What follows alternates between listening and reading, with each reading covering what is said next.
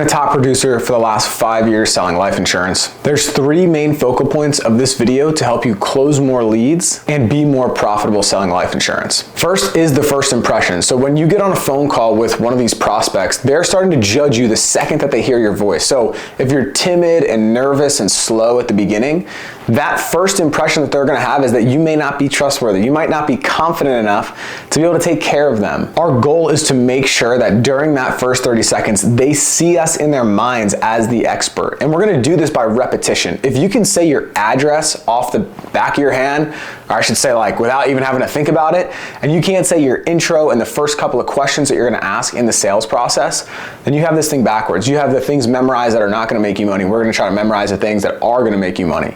And so that would be like, hey, this is Tyler, I got that request you sent in looking at information on different life insurance programs. Is this a plan that you just wanted for yourself or for you and a loved one? Were you looking around just for final expenses, or did you want to leave a little bit more to the family? Were you looking to protect your home or make sure that the family is not going to have to worry about all those finances when the bank's putting the pressure on them?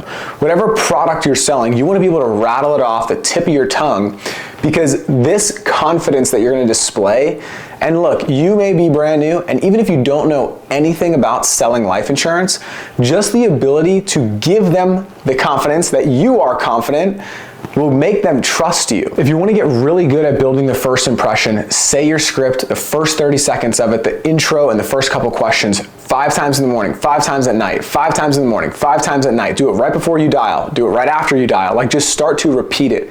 Anything that you do a lot, you will get better at, and this is going to start to build trust before we get into any of the meat and potatoes of the actual conversation. I'm gonna give you an example. We already used the example of somebody being like timid, so we're gonna leave that one in the past and we're gonna talk about a new one.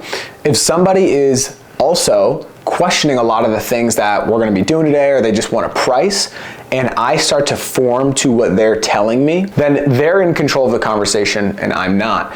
And so during that first 30 seconds, it's up to us to literally like show them that we're educated, that we're smart, that we know what we're doing, and we're not gonna just be told what to do, because we have a process to this. This is how we do it.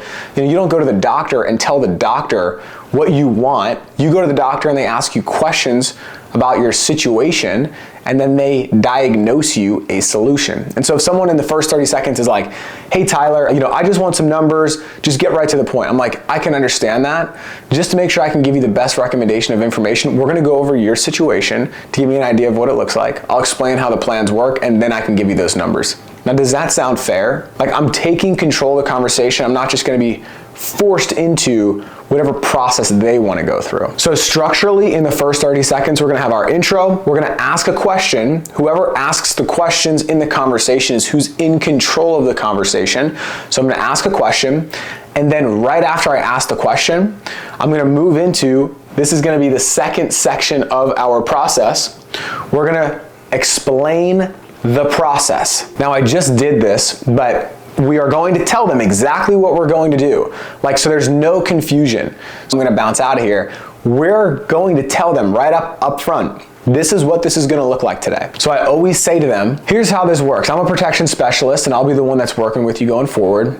Now, what we're gonna do today is, number one, we're gonna go over your situation to give me an idea of what it looks like. Then we're gonna take a look at how the plans work.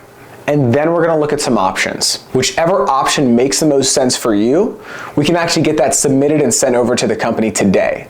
And what I have found is when you skip this step, you're gonna get to the numbers a whole lot of times, and people are going to say, Tyler, thanks for the information. You were amazing, but I'm gonna go and, you know, we're gonna talk about it, we're gonna think about it, I'll call you back. And instead of just being an information giver-outer, you have to set the expectation up front. So we're trying to get them to trust you and be really confident that you're the right person at the beginning.